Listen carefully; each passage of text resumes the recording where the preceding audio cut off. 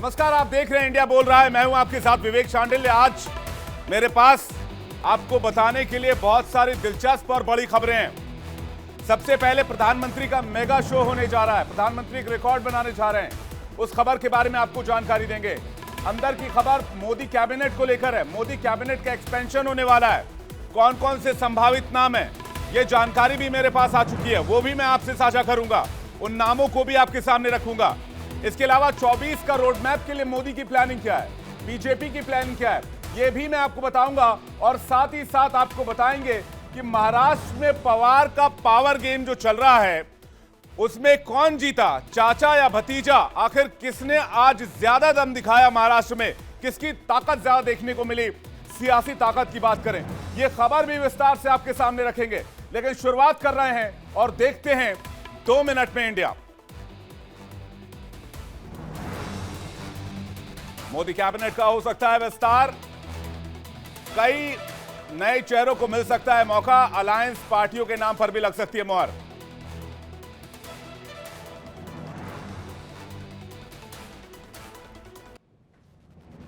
मंत्रिमंडल के विस्तार में प्रफुल्ल पटेल को मिल सकती है जगह। 24 से पहले पंजाब की राजनीति में हलचल। बीजेपी और शिरोमणि अकाली दल का हो सकता है गठबंधन। केंद्रीय मंत्री बनाए जा सकते हैं सुखबीर सिंह बादल। अजीत पवार गुट की मुंबई के ताज होटल में हुई बैठक। 3 घंटे तक चली मीटिंग। शरद पवार ने बुलाई कार्यकारिणी की बैठक। कल दिल्ली में पवार के घर पर 3 बजे बुलाई गई है बैठक। पार्टी में टूट को लेकर शरद पवार का छलका दर्द। कहा जो शिवसेना के साथ हुआ वही हमारे साथ किया गया। अजीत पवार के बयान पर शरद पवार का पलटवार। कहा बयान सुनकर अफसोस होता है। शरद पवार ने कहा कि बात कर सकते थे अजीत पवार, मुझसे बात किए बगैर फैसला ले लिया। गलती की है तो सजा के लिए भी तैयार हैं। सीएम योगी आदित्यनाथ ने राज्यपाल आनंदीबेन पटेल से की मुलाकात। राज्यपाल को शौर्य गाथाएं नाम की पुस्तक भेंट की। लखनऊ में मुख्यमंत्री बाल सेवा योजना के तहत कार्यक्रम का हुआ आयोजन। सीएम ने भीख मांगने से मुक्त हुए बच्चों को दिए शैक्षणिक किट, यानी कि पढ़ने लिखने वाले किताब और प्रमाण पत्र। 101 बच्चों को सीएम योगी ने दिया प्रमाण पत्र। जिन बच्चों को भीख मांगने से मुक्त कराया गया है, उन बच्चों को हर महीने दिए जाएंगे 2500 रुपए ऑपरेशन स्माइल के तहत। दिल्ली में धीरेन्द्र शास्त्री के हनुमान कथा से पहले निकाली गई कलश यात्रा। भारी संख्या में भक्त मौजूद रहे। जन्मदिन के मौके पर धीरेन्द्र शास्त्री ने भारत अभियान के नाम से लॉन्च की वेबसाइट। हिंदू राष्ट्र की मुहिम के लिए उठाया कदम। एमपी के सीधी में आदिवासी युवक पर पेशाब करने के आरोपी में घर पर चला बुलडोजर। सीएम शिवराज सिंह चौहान ने दिया था सख्त कार्रवाई का भरोसा। एमपी कांग्रेस ने सीधी मामले में गठित की कमेटी। 5 नेताओं की टीम जांच कर 8 जुलाई को सौंपेगी रिपोर्ट। नोएडा प्राधिकरण के अधिकारियों ने किया बड़ा घोटाला। 200 करोड़ रुपए की एफडी कराने के नाम पर बड़ा फर्जीवाड़ा। दिल्ली के 30 हजारी कोर्ट में फायरिंग। वकीलों में कहासुनी के बाद हुई फायरिंग। कोर्ट परिसर में मच गया हड़कंप। खालिस्तानी आतंकी गुरु पतवंत सिंह पन्नू के मारे जाने की खबर। अमेरिका में सड़क हादसे में मारे जाने की खबर। हिमाचल के ऊना जिले में भारी बारिश के बाद बाढ़ जैसी स्थिति। तेज बहाव में बह गई कार। घरों और दुकानों में भर गया बाढ़ का पानी। शिमला में बारिश ने बढ़ाई लोगों की परेशानी। मौसम विभाग ने जारी किया अलर्ट।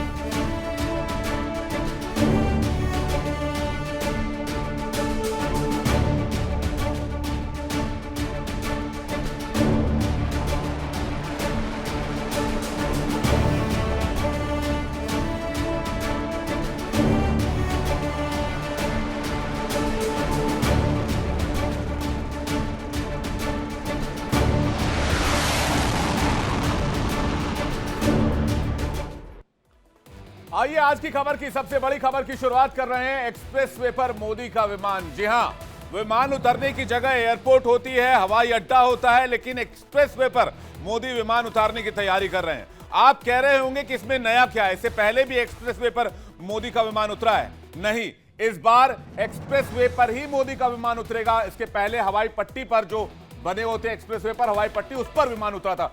खबर की बारीकी आपको बताएंगे, लेकिन सबसे पहले आप विजुअल देखिए, तस्वीरें देखिए। यह है हरकुलिस C-130J का विमान जो पूर्वांचल एक्सप्रेसवे पर उतरा था। और ये जो विमान है ये प्रधानमंत्री नरेंद्र मोदी लेकर गए थे। एक्सप्रेसवे पर 3.25 किलोमीटर की पट्टी थी जहां पर यह विमान उतारा गया था। आपको तैयारी दिखाते हैं कि तैयारी किस तरह से है। जब बीकानेर जा रहे हैं प्रधानमंत्री नरेंद्र मोदी, उससे पहले आपको दिखाते हैं कि पूर्वांचल एक्सप्रेसवे पर किस तरह से अभी थोड़े दिन पहले 10 दिन पहले एयरफोर्स ने टच एंड गो का अभ्यास किया था।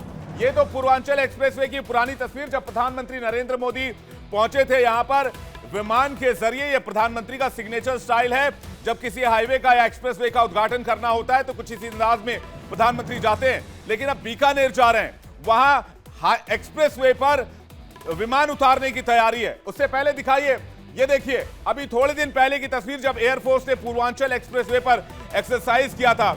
आपको बता दें कि पूर्वांचल एक्सप्रेसवे पर अभी 10 दिन पहले ही बड़ी तैयारी हुई थी, जिसमें एयरफोर्स ने टच एंड गो का अभ्यास किया था। अब आपको बताते हैं कि आखिरकार क्या प्लानिंग है बीकानेर जाने की प्रधानमंत्री की। आखिर बीकानेर में विमान उतारने की तैयारी कितनी है और इसे कैसे अंजाम दिया जाएगा। पीएम मोदी एयरफोर्स के विमान के जरिए जामनगर अमृतसर एक्सप्रेसवे के बीकानेर के नौरंग देसर सेक्शन पर टच डाउन या लैंडिंग करने जा रहे हैं। इसके लिए एयरफोर्स की ओर से रिहर्सल शुरू कर दी गई है, जिसके कामयाब होने पर ही पीएम के प्लेन को लैंडिंग की परमिशन दी जाएगी। केंद्रीय कानून मंत्री अर्जुन राम मेघवाल और पीएमओ से भी एयरफोर्स के अधिकारियों को यह सुनिश्चित करने के लिए कहा गया है कि अमृतसर जामनगर एक्सप्रेसवे पर विमान की लैंडिंग कराकर यह चेक किया जाए क्या यहां पर विमान लैंड कराया जा सकता है। दरअसल अब तक जिन जगहों पर एयरफोर्स या मोदी विमान लेकर गए हैं, वहां एक्सप्रेसवे का एक हिस्सा हवाई पट्टी के तौर पर विकसित किया जाता है। जो लोग लखनऊ एक्सप्रेसवे से सफर कर चुके हैं उनको पता होगा कि बीच में एक हवाई पट्टी है जिसकी लंबाई 3.25 किलोमीटर है और यहां पर प्लेन उतारा जा सकता है। लेकिन पहली बार है जब पीएम का विमान किसी एक्सप्रेसवे के सेक्शन पर उतारा जा रहा है। और अगर एयरफोर्स कामयाब होती है तो प्रधानमंत्री के विमान को उतरने की इजाजत मिल जाएगी। और वैकल्पिक तौर पर अगर बात करें, अगर यह रिहर्सल कामयाब नहीं होता है तो वैकल्पिक तौर पर पीएम के लिए अलग से हेलीपैड भी बनाया जा रहा है। और यहां पर जो है बताया जा रहा है कि नाल एयरपोर्ट पर वो हेलीपैड पर हेलीकॉप्टर से लैंड करेंगे और वहां से हेलीकॉप्टर की मदद से ही नौरंग देसर जाएंगे, जहां पर एक बड़ा ये तैयार किया गया है, एक बड़ा रैली की योजना बनाई गई है, बड़ा जनसभा करने की तैयारी की गई है। आइए अब आपको मैप के जरिए दिखाते हैं कि किस तरह से प्रधानमंत्री की योजना है। ये जामनगर एक्सप्रेसवे जिसका उद्घाटन हो रहा है, ये कैसे दो इलाकों को कनेक्ट करेगा। हालांकि ये तस्वीर आपको देखने में बहुत सरल और साधारण लग रही होगी, लेकिन जामनगर से लेकर कपूरथला तक की ये तस्वीर, जो कि अमृतसर से सटा हुआ इलाका है, ये दोनों बड़े औद्योगिक क्षेत्र हैं। आपको पता होगा जामनगर रिफाइनरी के बारे में आपने सुना होगा, कपूरथला में भी बहुत बड़ा औद्योगिक क्षेत्र है। तो इन दोनों जगहों को कनेक्ट करके और इन दोनों जगह की दूरी कम करने के लिए इस एक्सप्रेसवे को बनाया जा रहा है। इससे दोनों जगह की दूरी कम होगी और जो प्रोडक्ट तैयार होता है वो आसानी से देश के दूसरे हिस्सों में पहुंचाया जा सकेगा। इसलिए इस एक्सप्रेसवे को बनाया जा रहा है। जो मैप हम आपको दिखा रहे हैं ये इन दो यानी कि इन दो शहरों को, बड़े शहरों को कनेक्ट करेगा, जिसमें जामनगर है और कपूरथला है। कपूरथला के टिब्बा गांव से ये शुरू होगा और उसके बाद आपको बता दें कि ये जामनगर पहुंचेगा ये एक्सप्रेसवे।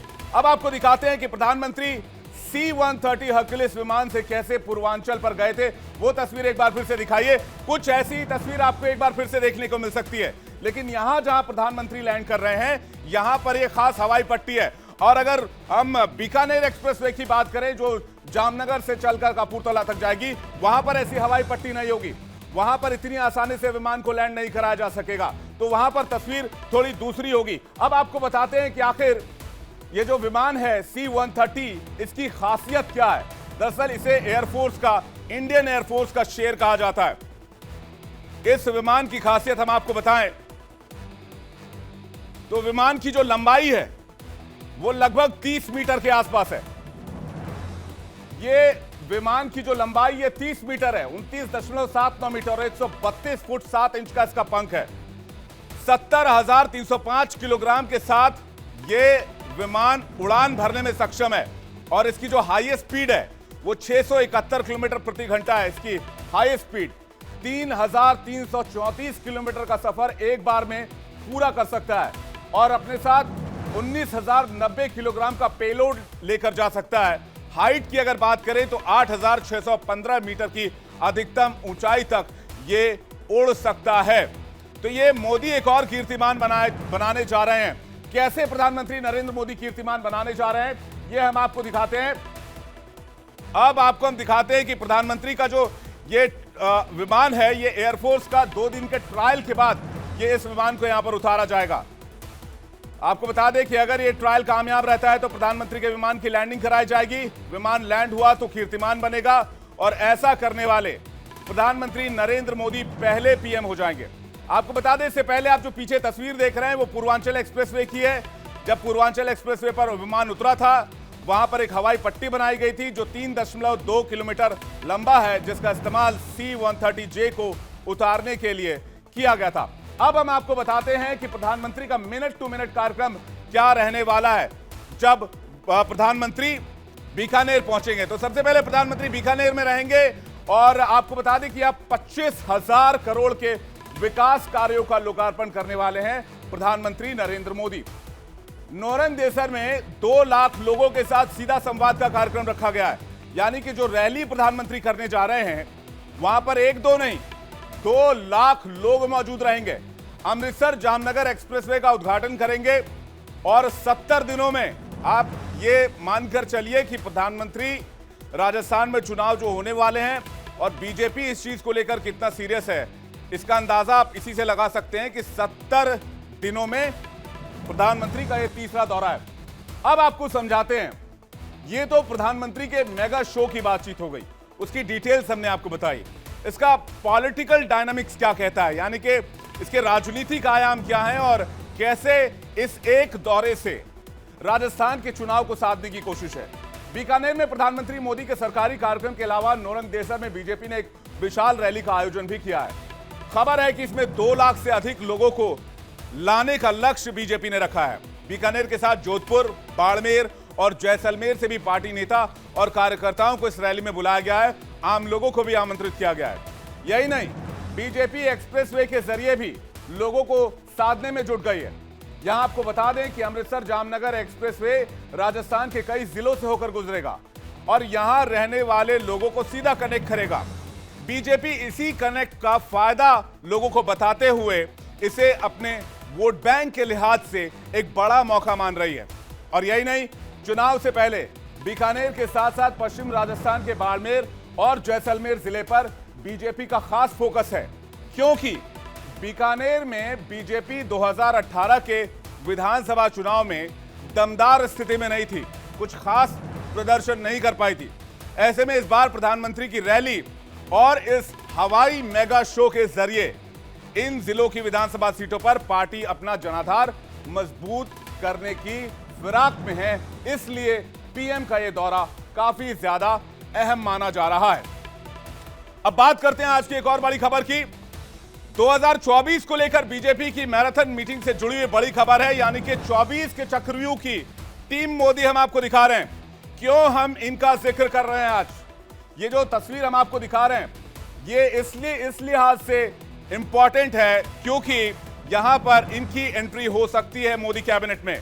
कई दिनों से संगठन और मंत्रियों की मीटिंग चल रही है, जैसा कि हम रोज आपके लिए जानकारी लेकर आ रहे हैं। खुद पीएम ने 2 दिन पहले पूरे मंत्रिपरिषद की बैठक की थी और 24 के चुनाव की तैयारी को लेकर 47 तक विकसित भारत बनाने का मंत्र दिया था।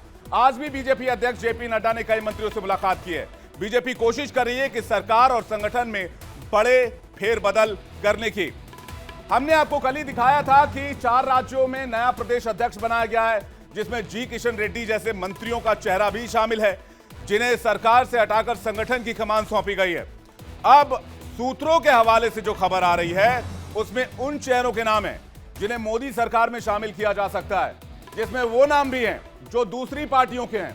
19 के चुनाव के बाद बीजेपी से बिदक गए थे और अब फिर से बीजेपी उन्हें समझाने में, मनाने में कामयाब हो गई है, ये हमें जानकारी मिल रही है। अब एक एक करके उन चेहरों पर नजर डालते हैं। टीम मोदी के संभावित नए चेहरे कौन से हो सकते हैं? पहला नाम चौंका सकता है आपको, बहुत चर्चा में रहे हैं पिछले 2-3 दिन से। पहला नाम है महाराष्ट्र से प्रफुल्ल पटेल का, जिन्हें मोदी कैबिनेट में जगह दी जा सकती है, यह सूत्रों के हवाले से खबर है। पंजाब से नाम सामने आ रहा है हरसिमरत कौर बादल का। साथ ही आपको बता दें बिहार से चिराग पासवान का। बिहार से एक और नाम सामने आ रहा है जनार्दन सिंह सिग्रीवाल का। यूपी से बात करें तो आप देखिए नाम एक बार फिर से मैं आपको फुल स्क्रीन दिखा रहा हूं। पंजाब से हरसिमरत कौर बादल, इसके अलावा चिराग पासवान बिहार से ही जनार्दन सिंह सिग्रीवाल, यूपी से हरीश द्विवेदी, यूपी से लक्ष्मीकांत वाजपेयी, यूपी से ही विनोद सोनकर, गुजरात से जीतू वघानी, गुजरात से सीआर पाटिल, कहा जा रहा है सीआर पाटिल को उनकी मेहनत का इनाम मिल सकता है। तेलंगाना से संजय बंडी को भी उनकी मेहनत का इनाम दिया जाएगा। तेलंगाना से अरविंद धर्मपुरी, तेलंगाना से ही सोयम बापूराव, पश्चिम बंगाल से लॉकेट चैटर्जी, पश्चिम बंगाल से दिलीप घोष, केरल से सुरेश गोपी, तमिलनाडु से एम थंबी दुरई, इनके नाम हैं जो इस वक्त चर्चा में है, लिस्ट में है, जो लिस्ट हमारे हाथ लगी है। तो आपने देखा कि इसमें दो दिलचस्प नाम है, चिराग पासवान और हरसिमरत कौर, यानी बीजेपी 2024 से पहले एलजेपी के चिराग पासवान गुट और पंजाब में अकाली दल को एक बार फिर से एनडीए में जोड़ने में कामयाब हो सकती है। तो आपको बता दें कि ये जो टीम बनाई जा रही है, ये टीम मोदी की संभावित टीम है और वो टीम है जो 2024 में बीजेपी का और एनडीए की नैया पार करेगी। जो चौंकाने वाला नाम है वो है चिराग पासवान का, वो है हरसिमरत कौर बादल का, जो कि पंजाब से बड़ा चेहरा है अकाली दल की, और अकाली दल और बीजेपी का गठबंधन हो सकता है, ये भी खबर मिल रही है। और इसको लेकर एक बड़ी जानकारी जो है वो है कि अभी भी बैठक चल रही है और मेरे सहयोगी पीयूष मुझे जानकारी दे रहे हैं कि इस वक्त अभी बैठक जारी है। पीयूष, आपने मुझे एक ब्रेकिंग न्यूज दी है कि बैठक इस वक्त चल रही है बीजेपी की, तो बीजेपी की इस बैठक के बारे में बताएं और कैबिनेट एक्सपेंशन को लेकर क्या जानकारी है आपके पास? देखिए, अभी जो बैठक थी जेपी नड्डा की, वो बैठक खत्म हुई है और जेपी नड्डा अभी मुश्किल से 30 सेकंड हुआ होगा भारतीय जनता पार्टी के मुख्यालय से बाहर निकल गए हैं। कुल मिलाकर ये बैठक जो उनकी चल रही थी, मैराथन बैठक थी, वो बैठक खत्म हो गई है और जिन मंत्रियों से मिलना था, मुलाकात का कार्यक्रम था, वो मुलाकात का कार्यक्रम आज पूरा हो गया है। कल Bharatiya Janata party east zone की बैठक करने के लिए गुवाहाटी में जा रहे हैं जेपी नड्डा, और उसके बाद लगातार उनकी बैक टू बैक बैठकें लगी हुई हैं। उसके बाद वो 8 तारीख को एक बैठक करेंगे और उस बैठक में ही जिन मंत्रियों से और मिलना है उनसे मुलाकात होगी। उसके अलावा संगठन में भी बदलाव के आसार हैं। संगठन में बदलाव को लेकर क्या खबर है पीयूष आपके पास? मैं देख पा रहा हूं आप अभी मौजूद है वहां पर जहां पर बैठक चल रही थी। संगठन में बदलाव को लेकर क्या जानकारी है आपके पास? कहा जा रहा है कुछ और राज्य हैं जहां पर अध्यक्षों को बदलने की तैयारी है। देखिए, आपको बता दूं कि कल मध्य प्रदेश को लेकर एक लिस्ट आ सकती है। मध्य प्रदेश को लेकर, प्रदेश अध्यक्ष को लेकर कल एक लिस्ट आ सकती है, क्योंकि कई ऐसे राज्य हैं जहां पर प्रदेश अध्यक्षों को बदलना है और ऐसे में मध्य प्रदेश का नाम सबसे ऊपर चल रहा है और बताया जा रहा है कि कल मध्य प्रदेश में हो सकता है अध्यक्ष के बदलाव को लेकर एक लिस्ट आ जाए। अगर नहीं आती है तो वही अध्यक्ष कंटिन्यू करेंगे चुनाव तक, लेकिन अगर लिस्ट आती है तो अध्यक्ष का चेहरा जरूर चेंज होगा। उसके अलावा संगठन में महासचिव स्तर पर भी एक आप देख सकते हैं, डी पुंडेश्वरी को अध्यक्ष बना दिया गया आंध्र प्रदेश का, तो महासचिव के भी पद खाली होते नजर आ रहे हैं और ऐसे में साफ जाहिर है आप इस वक्त ब्रेकिंग न्यूज मुझे दे रहे हैं पीयूष, आप मुझे ब्रेकिंग न्यूज दे रहे हैं कि बैठक खत्म हो चुकी है और मध्य प्रदेश को लेकर कल एक लिस्ट आ सकती है और मध्य प्रदेश को लेकर यह लिस्ट जारी की जा सकती है। पीयूष, आपका बहुत बहुत शुक्रिया, आप नजर बना के रखिएगा, कल मैं आपसे फिर अपडेट लूंगा और आगे भी आपसे अपडेट्स लेते रहेंगे। फिलहाल बहुत बहुत धन्यवाद हम तक ये तमाम जानकारी पहुंचाने के लिए। तो प्रधानमंत्री नरेंद्र मोदी 24 के मिशन में लगे हुए हैं, लेकिन प्रधानमंत्री की चुनौती के लिए और बीजेपी की चुनौती बढ़ाने के लिए एक बड़ा नाम और एक बड़ा नेता सामने आया, इसके बारे में बताएं। लेकिन इस वक्त की ब्रेकिंग न्यूज, दिल्ली में बीजेपी की बैठक खत्म हो गई है, जैसा कि पीयूष बता रहे थे, संगठन में बदलाव को लेकर चर्चा हुई है और कल मध्य प्रदेश को लेकर एक लिस्ट आ सकती है। अभी पीयूष ने हमें जानकारी दी है कह रहे हैं कि कल मध्य प्रदेश के नाम को लेकर एक लिस्ट आ सकती है। ये थोड़ी इस वक्त की बड़ी खबर है, क्योंकि मध्य प्रदेश में इसी साल चुनाव होने हैं और मध्य प्रदेश को लेकर अगर नामों पर चर्चा हुई है तो ये इस वक्त की सबसे बड़ी सियासी खबर है। संगठन में बदलाव को लेकर चर्चा हुई है, तो कई और राज्यों में अध्यक्ष बदले जा सकते हैं और कल मध्य प्रदेश वाला लिस्ट आ सकता है। ये इस वक्त जो है इस वक्त की ब्रेकिंग न्यूज है। बैठक अभी खत्म हुई है, जेपी नड्डा निकले हैं और इस वक्त बताया जा रहा है कि मध्य प्रदेश को लेकर खास चर्चा की गई है, क्योंकि इसी समय मध्य प्रदेश में इसी साल के अंत में चुनाव होने हैं। आपको बता दें कि लालू प्रसाद यादव बड़ी चर्चा में है। एक तरफ प्रधानमंत्री और बीजेपी चुनाव की तैयारी कर रहे हैं, तो लालू अब चुनौती देने के लिए सामने आ रहे हैं। टीम मोदी तैयार हो रही है, महाराष्ट्र में शुरू हो गई है बगावत और उसके जरिए विपक्ष की एकता पर भी आघात हो रहा है। लेकिन विपक्ष में अगर कोई है जो बीजेपी के खिलाफ बोल रहा है तो वह है लालू प्रसाद यादव। आपको बता दें कि लालू यादव 2 दिन पहले नौकरी के बदले जमीन घोटाले में चार्जशीट पेश होने के बाद भी बेफिक्र दिख रहे हैं और बीजेपी के खिलाफ हुंकार भर रहे हैं। सुनिए अपने पुराने अंदाज में लालू प्रसाद यादव ने, ये देखिए तस्वीरें लालू प्रसाद यादव को आप सुनवाए, लेकिन आज पहुंचे थे अपने ऑफिस कार्यालय, पार्टी स्थापना दिवस पर नेताओं से मुलाकात की और ये प्रधानमंत्री की तस्वीर आप देख रहे हैं। प्रधानमंत्री लगातार नेताओं के साथ मीटिंग कर रहे हैं, बैठक कर रहे हैं, लेकिन लालू प्रसाद यादव ने आज पार्टी के कार्यालय में जाकर कैसे प्रधानमंत्री पर निशाना साधा और कैसे अपने चिर परिचित अंदाज में नजर आए, ये देखिए।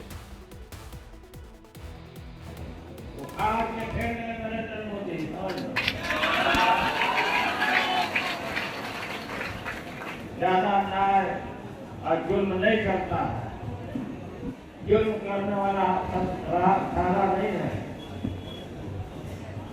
जिसको चाहता केस करो, मुकदमा करो। अच्छा ये तू ना कहा रियासत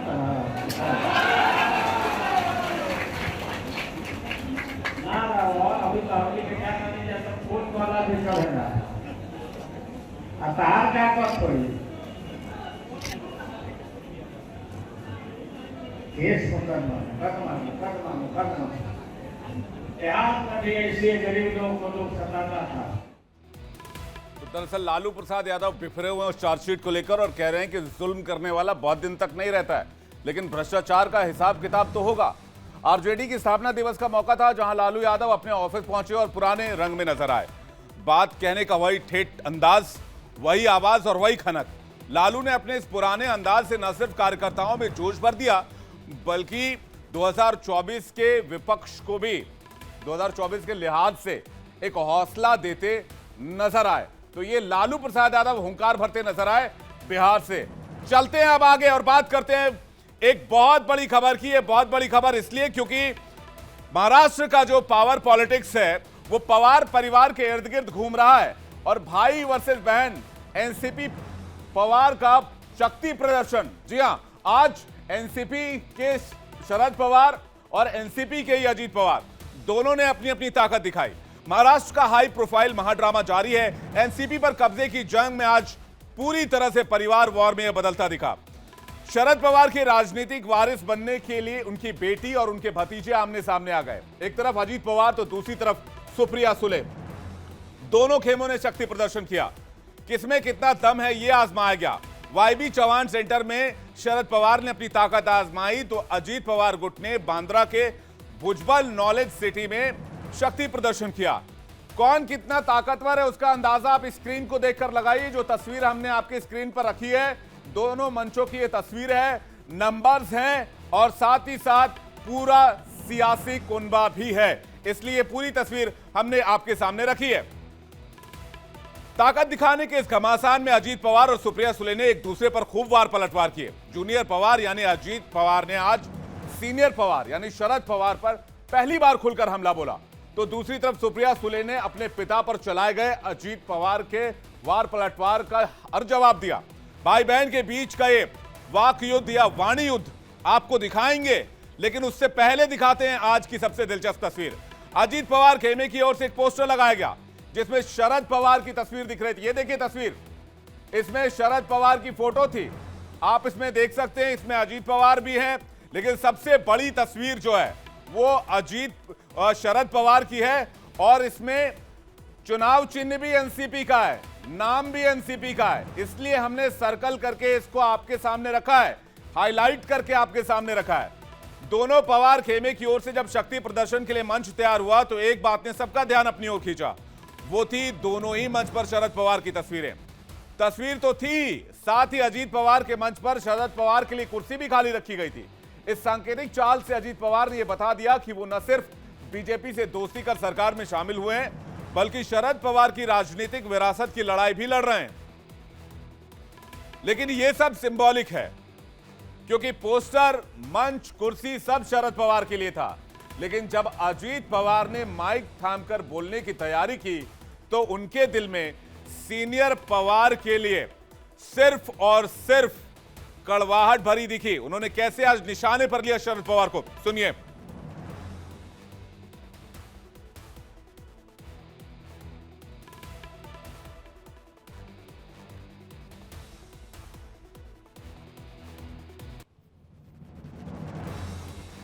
सरकारमध्ये 58व्या वर्षी रिटायर होतो। IAS-IPS असेल तर 60व्या वर्षी रिटायर होतात। राजकीय जीवनामध्ये असेल तर भाजपमध्ये 75 वर्षांनंतर रिटायर केलं जातं। परंतु मित्रांनो, काळ आता जर वय जास्त झालं, 82 झालं, 83 झालं, तुम्ही कधी थांबणार आहात का नाही? तुम्ही आशीर्वाद द्या ना। अमिताभ बच्चन किती वय? 82। आज कुठली जाहिरात लागताना सगळ्यात पॉप्युलर नाम कोण आहे? अमिताभ बच्चन। वय किती? 82। त्याच्यानंतर इंग्रजीवाल्यांना माहिती आहे वॉरेन बफेट। अरे एज इज अ नंबर, जिद्द पाहिजे, आशीर्वाद तर आहेतच। अब आपको भाई बहन के बीच वार पलटवार का एक और बयान सुनवाते हैं कि देखिए कैसे एक बार फिर से अजीत पवार और सुप्रिया सुले आमने सामने हुए शरद पवार को लेकर। पासून वाटतं की मी राज्याचा प्रमुख व्हावं। माझ्या मनामध्ये काही गोष्टी आहेत, त्या राबवायचं म्हटलं तर प्रमुख पद लागतं। सत्ता येते जाते हो, सत्तेने सुख मिळत नाही। तो आपने सुना कि किस तरह से सुप्रिया सुले कह रही हैं कि सत्ता आती जाती रहती है, सत्ता से सुख नहीं मिलता है, इसलिए अजीत पवार को इस बात का ध्यान रखना चाहिए। आइए आपको बताते हैं कि आज किस तरह से अजीत पवार ने हमला बोला, एक एक करके जल्दी से ग्राफिक्स दिखाते हैं आपको। अजीत पवार के शरद पवार पर कौन से वो तीखे हमले थे वो आपके सामने हम रखने जा रहे हैं। अजीत पवार जैसे तैयार होकर आए थे कि वो सारी बातें जो हैं एक एक करके आज शरद पवार के ऊपर रखेंगे और जो भी कुछ उनके साथ हुआ है वो उनके लिए बोलेंगे। किस किस बात को लेकर उनके लिए दिल में पीड़ा थी, एक के बाद एक शरद पवार पर वो हमला बोलते रहे, क्या क्या कहा, ये आपके सामने रखते हैं। आप 100 साल जिए, लेकिन नए लोगों को मौका कब देंगे? इस्तीफा नहीं देना था तो क्यों दिया? सुप्रिया सुले को राष्ट्रीय अध्यक्ष बना दिया। 2019 में एनसीपी और बीजेपी में 4 बार बैठक हुई। 2019 में डिप्टी सीएम बनवा कर पलट गए। ये तमाम आरोप जो आप देख रहे हैं, ये एक एक करके अजीत पवार ने लगाए। नए लोगों को मौका कब देंगे? इसके बाद जो आरोप था उनका, इस्तीफा नहीं लेना था तो क्यों, नहीं देना था तो क्यों दिया? सुप्रिया सुले को राष्ट्रीय अध्यक्ष बना दिया गया। ये तमाम बातें उनके दिल में थी। बीजेपी के साथ 4 बार बैठक की और 2019 में डिप्टी सीएम बनाकर पलट गए। ये कहना था अजीत पवार का। यानी कि 2019 में जब वो डिप्टी सीएम बने थे तो उसके पीछे शरद पवार का दिमाग था, ये कहना चाह रहे थे अजीत पवार। भतीजे की ओर से कई पर्दाफाश के बाद शरद पवार ने भी जवाब दिया। अब देखिए शरद पवार ने क्या जवाब दिया। गलती की है तो सजा के लिए तैयार रहें, यह कहना था शरद पवार का। विरोधी विचारधारा के साथ जाना ठीक नहीं है, यह कहना था शरद पवार का। ये देखिए, उन्होंने कहा कि गलती की है तो सजा के लिए तैयार रहें, विचारधारा से समझौता ठीक नहीं है। लेकिन अजीत पवार कह रहे हैं आपने पहले डिप्टी सीएम बनाया फिर आप पलट गए। लेकिन शरद पवार कह रहे हैं कि गलती की है तो सजा के लिए तैयार रहें, विचारधारा से समझौता ठीक नहीं है। मेरा सिक्का खोटा निकला और बीजेपी के साथ जाने वालों का इतिहास देखना चाहिए। अजीत जैसे बेटे से सुप्रिया जैसी बेटी अच्छी है, ये भी आज एक बड़ा हमला शरद पवार का अजीत पवार के ऊपर। चाचा भतीजे की सियासी लड़ाई आज मुंबई की सड़क पर तो हुई, अब ये सुप्रीम कोर्ट तक पहुंच चुकी है। उससे पहले चुनाव आयोग तक दल बदल कानून से बचने की कोशिश है कि ज्यादा से ज्यादा विधायक अपने पाले में किए जाएं। अब एनसीपी के कुल 53 विधायकों में से 29 के करीब विधायकों का अजीत पवार दावा कर रहे हैं। तो शरद पवार की ओर से 16 विधायक साथ होने का दावा किया जा रहा है, जबकि 7 विधायक किसी भी खेमे की मीटिंग में नहीं पहुंचे। इस बीच सुबह से विधायकों को अपने पाले में करने के लिए दोनों सूबों से खूब ज्यादा कोशिश की गई। कुछ एनसीपी विधायकों के मुताबिक मीटिंग के पहले शरद पवार ने खुद कई विधायकों को फोन किए, तो उधर अजीत पवार खेमा भी एक्टिव था। खबर है कि अजीत पवार गुट ने विधायकों को फोन करने के लिए करीब 1 दर्जन नए सिम कार्ड खरीदे थे। यह अंदर की खबर है जो मैं आपको बता रहा हूं, ताकि नए नंबर से फोन जाने पर विधायक फोन ना काट सके और अजीत पवार अपनी बात विधायकों तक पहुंचा सके, उन्हें अपने पाले में कर सके। तो फिलहाल जो तस्वीर सामने है उसके मुताबिक पार्टी पर दावेदारी की जंग में भतीजा चाचा पर भारी पड़ गया है। और इस पूरे खेल की स्क्रिप्ट किसने लिखी है, यह अब भी बड़ा सवाल बना हुआ है। लेकिन इस पूरे सियासी ड्रामे से सबसे ज्यादा फायदा बीजेपी को हुआ है, क्योंकि बीजेपी ने पिछले साल शिवसेना और फिर अब एनसीपी को साथ मिलाकर उस 2024 और उससे आगे की अपनी राजनीतिक जमीन को और मजबूत कर चुकी है। अब यह समझिए कि महाराष्ट्र की राजनीति में बीजेपी को चुनौती कौन देगा, क्या सीन बनता नजर आ रहा है। क्योंकि सबसे पहले बीजेपी ने कांग्रेस को कमजोर कर अपनी जगह बनाई, यानी कि महाराष्ट्र से कांग्रेस अब एक तरह से मुक्त हो चुकी है। महाराष्ट्र में कांग्रेस मुक्त वाली स्थिति दिख रही है। अकेले कांग्रेस सरकार नहीं बना सकती थी, तो एनसीपी का सहारा लिया गया। फिर शिवसेना का भी साथ लेकर 2019 में सरकार तो बना ली, लेकिन अब बीजेपी ने सब पलट दिया है। कहते हैं कि महाराष्ट्र की राजनीति पहले कांग्रेस मुक्त हुई, फिर शिवसेना मुक्त हुई, यानी कि ठाकरे परिवार की जो पकड़ थी वो खत्म हो गई, और अब एनसीपी मुक्त हो गई, यानी कि शरद पवार की जो ताकत थी वो खुंद हो गई है। अब महाराष्ट्र में मजबूत हुए बीजेपी से शरद पवार परेशान हो गए हैं, इसलिए उन्होंने इस बारे में आज जिक्र भी किया। लेकिन ये जो मुकाबला है महाराष्ट्र में बीजेपी का, वो किससे है, वो हम आपको एक ग्राफिक्स के जरिए समझाने की कोशिश कर रहे हैं। अब इन तमाम जो सियासी हालात पनपे हैं, जो सिचुएशन है, इससे शरद पवार परेशान है, इसलिए आज उन्होंने अपनी पीड़ा जाहिर की। क्या कुछ कहा शरद पवार ने, सुनिए। तो शरद पवार की तकलीफ आपको बताएं, लेकिन उससे पहले ये तस्वीर देखिए। ये तस्वीर उस वक्त की है जो इंडिया डेली लाइव के कैमरे में कैद हुई। अजीत पवार जब मीटिंग के बाद बाहर निकले, इस रैली को खत्म करने, इस सभा को खत्म करके, माफ कीजिएगा, इस सभा को खत्म करके जब बाहर निकले तो कितने खुश और कॉन्फिडेंट दिख रहे थे। अजीत पवार लगातार 40 विधायकों के समर्थन का दावा कर रहे हैं, और दल बदल कानून के तहत अगर 2/3 से ज्यादा विधायक हैं साथ में, तो दल बदल का कानून लागू नहीं होता है। और इसलिए अजीत पवार के चेहरे पर वो कॉन्फिडेंस साफ देखा जा सकता है। ऐसा माना जा रहा है कि अजीत पवार के साथ पर्याप्त विधायक हैं और दल बदल का कानून उन पर लागू नहीं होगा। और वो इस बात को लेकर आश्वस्त हैं कि पार्टी तो पार्टी का सिंबल और पार्टी का झंडा दोनों उनके पास आएगा, और वही कॉन्फिडेंस इस तस्वीर में आपको दिख सकती है। तस्वीर साफ तौर पर अजीत पवार जब सभा खत्म करके बाहर निकले तो वहां पर अजीत पवार कॉन्फिडेंट नजर आए। तो ये तो रही महाराष्ट्र की सियासत, लेकिन 24 का हल क्या प्रयागराज का मॉडल है? ये सवाल इसलिए क्योंकि प्रयागराज के मॉडल का जो जिक्र है, मॉडल की जो चर्चा है, वो बहुत ज्यादा हो रही है। सबसे पहले तस्वीर, माफिया अतीक अहमद के कब्जे से छुड़ाई गई जमीन पर योगी आदित्यनाथ का ये जो मॉडल है, इसके जरिए पीएम आवास योजना के तहत जो जमीन अतीक के कब्जे से मुक्त कराई गई थी, उस पर बहुमंजिला इमारत बना दी गई गरीब लोगों के लिए। 76 फ्लैट हैं। इन फ्लैटों की चाबी सीएम योगी आदित्यनाथ ने कुछ दिन पहले ही गरीबों को सौंपी है। फ्लैट मिलने के बाद इनके चेहरे खिल उठे हैं।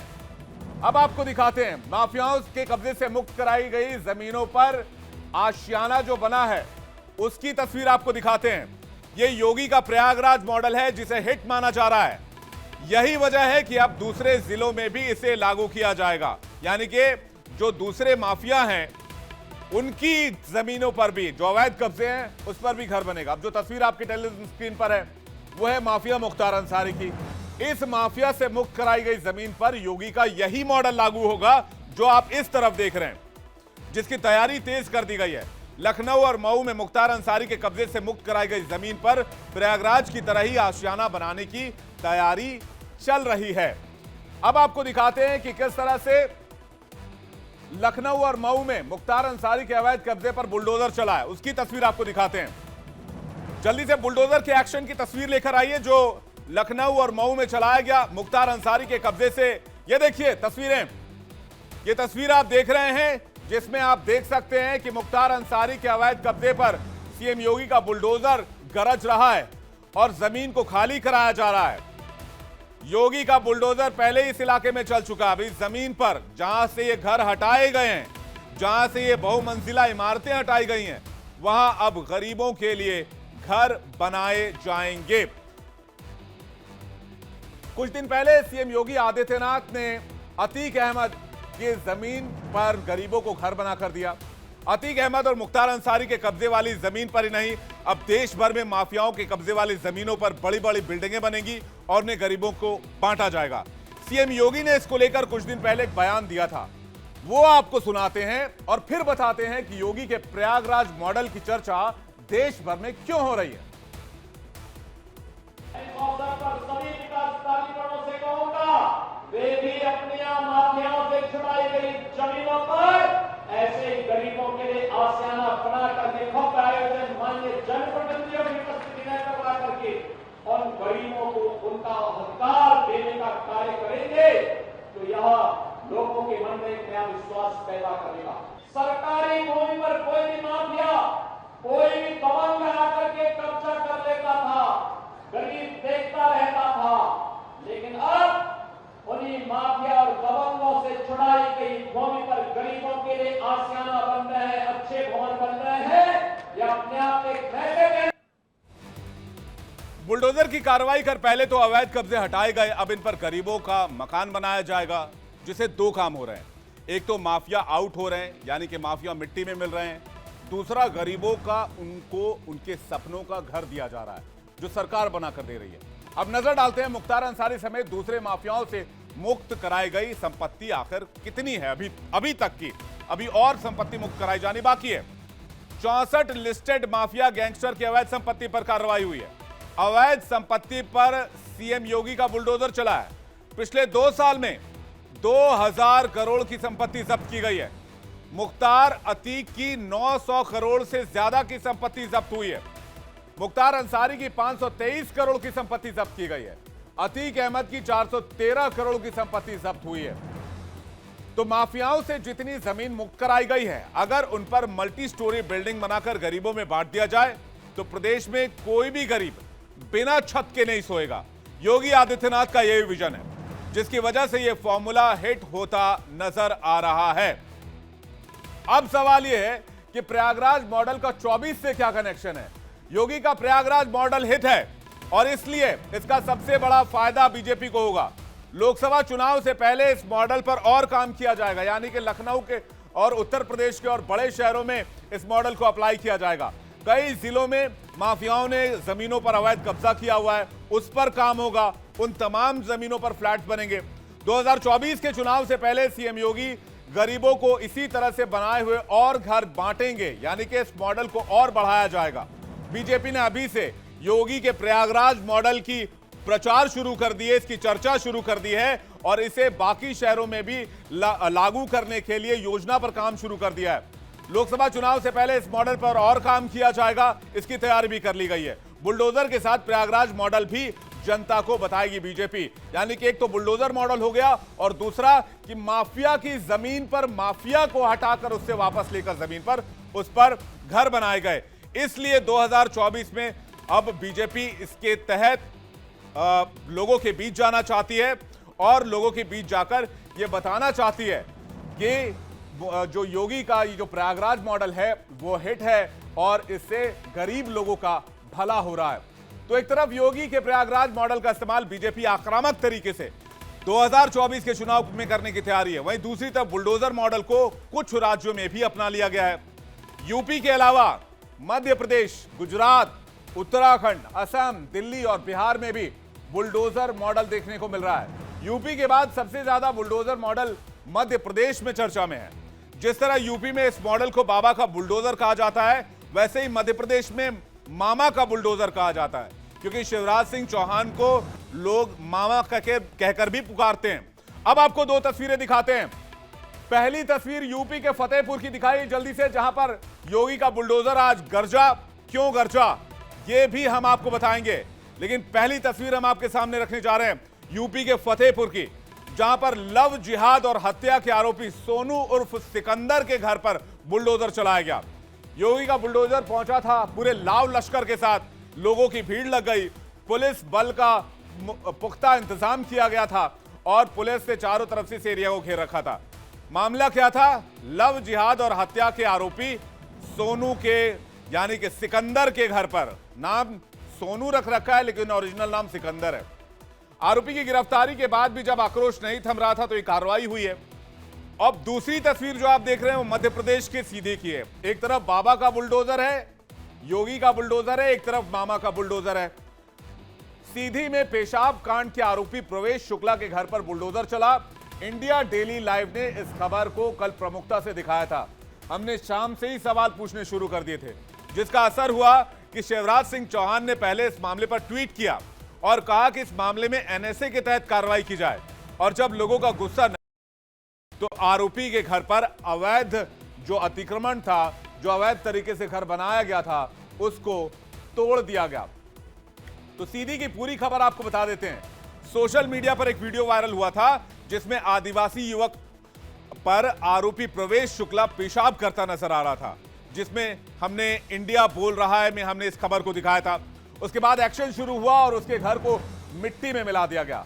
आरोपी को गिरफ्तार भी कर लिया गया है, इसमें एनएसए भी लगा दिया गया है। कांग्रेस ने आरोप लगाया था कि आरोपी बीजेपी विधायक केदार शुक्ला का प्रतिनिधि है, लेकिन बाद में केदार शुक्ला ने इसका खंडन किया था। इस मामले पर राजनीति भी खूब हुई। राजनीति अगर आपको की बात करें तो कांग्रेस ने बीजेपी को घेरने की जमकर कोशिश की, खूब सवाल भी उठाए। राहुल गांधी तक ने ट्वीट कर दिया। राहुल गांधी की ट्वीट आप देखिए, शिवराज सरकार को घेरने की कोशिश की। राहुल गांधी लिखते हैं कि यह भाजपा का आदिवासियों और दलितों के प्रति नफरत का घिनौना चेहरा और असली चरित्र है। मध्य प्रदेश में चुनाव है तो राहुल गांधी का सवाल उठाना भी लाजमी है। मामले में अभी तक राजनीति हो रही है, लेकिन शिवराज सरकार ने उससे पहले एक्शन कितनी तेजी से लिया ये आपको दिखाते हैं। आपको दिखाते हैं कि अभी तक इस मामले में क्या क्या एक्शन हुआ है। आरोपी प्रवेश शुक्ला पर एनएसए के तहत मामला दर्ज किया गया है, नेशनल सिक्योरिटी एक्ट लगाया गया है। पुलिस ने आरोपी प्रवेश शुक्ला को गिरफ्तार कर लिया है। उसकी गिरफ्तारी की तस्वीरें भी हमने आपको दिखाई थी। प्रवेश शुक्ला के घर को बुलडोजर से तोड़ दिया गया। जो तस्वीरें अभी हमने आपके सामने रखी, उसके घर पर बुलडोजर चलाया गया है, अवैध निर्माण को ढहा दिया गया। आरोपी प्रवेश शुक्ला पर एनएसए लगाया गया। अब सवाल यह है कि तस्वीर एक बार फिर से आपको दिखाएं, सीधी में किस तरह से एक्शन हुआ। यह देखिए तस्वीर, ये वो तस्वीर है जो आज इंडिया डेली लाइव पर हमने सबसे पहले आपको दिखाया, जब प्रवेश शुक्ला के घर पर बुलडोजर चलाया गया। ये तस्वीरें उस वक्त की हैं। अब आपको सुनवाते हैं प्रवेश शुक्ला की बहन ने क्या कुछ कहा। यह तस्वीर आप उस वक्त की देख रहे हैं जो सोशल मीडिया पर वायरल हुआ था। इस तस्वीर पर विवाद है और इसके बाद जब यह एक्शन हुआ तो आरोपी प्रवेश शुक्ला की बहन किस तरह से बचाव करती नजर आई, वो भी देखिए।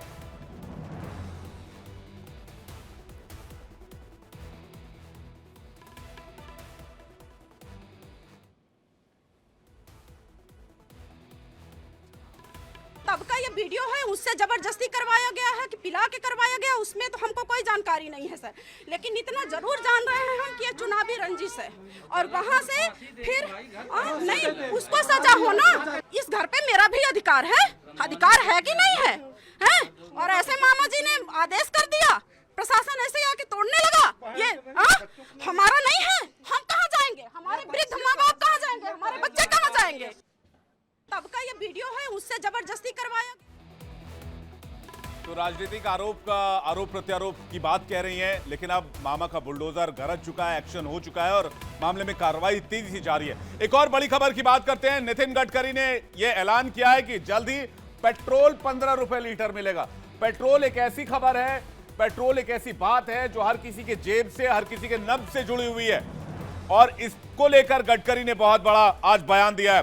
तस्वीरें दिखाइए, पेट्रोल पंप जब लोग पेट्रोल लेने के लिए पहुंचते हैं तो दिल के साथ साथ जेब की धड़कनें भी तेज हो जाती हैं, क्योंकि पेट्रोल करीबन 100 रुपए लीटर है। और साथ ही साथ गडकरी ये कह रहे हैं कि जल्दी पेट्रोल पर हम काम कर रहे हैं और जल्दी ऐसा समय आएगा जब पेट्रोल 15 रुपए लीटर मिलेगा। क्या है ये फॉर्मूला, ये हम आपको बताएंगे और ये भी सुनवाएंगे कि गडकरी ने क्या कुछ कहा है। पहले सुनिए नितिन गडकरी क्या कह रहे हैं। अब मैं अगस्त महीने में टोयोटा कंपनी की गाड़ियों को लॉन्च कर रहा हूं। आपको पता होगा कैमरी करके गाड़ी थी, वो इनोवा है। अब सब गाड़ियां किसानों ने तैयार किए हुए इथेनॉल पर चलेगी। 60% इथेनॉल, 40% बिजली, उसका अगर एवरेज पकड़ा जाएगा तो 15 रुपए लीटर पेट्रोल का भाव होगा। जनता का भला होगा, किसान ऊर्जा दाता बनेगा, देश का प्रदूषण कम। अब जल्दी से बताते हैं प्लान क्या है। ईंधन के लिए पेट्रोल पर पूरी तरह से निर्भर न रहें। ऊर्जा के लिए 60% इथेनॉल का इस्तेमाल हो रहा है। बिजली का 40% तक इस्तेमाल होना चाहिए। इससे प्रदूषण कम करने में भी मदद मिलेगी। फ्यूल इंपोर्ट को भी कम किया जा सकेगा। ऐसा करने से पेट्रोल की कीमत कम हो जाएगी। यानी कि जो पेट्रोल में इथेनॉल ब्लेंडिंग की बात हो रही थी, उसको गडकरी आगे बढ़ाने की बात कर रहे हैं। और आगे बढ़ते हैं, एक और बड़ी खबर की बात करते हैं।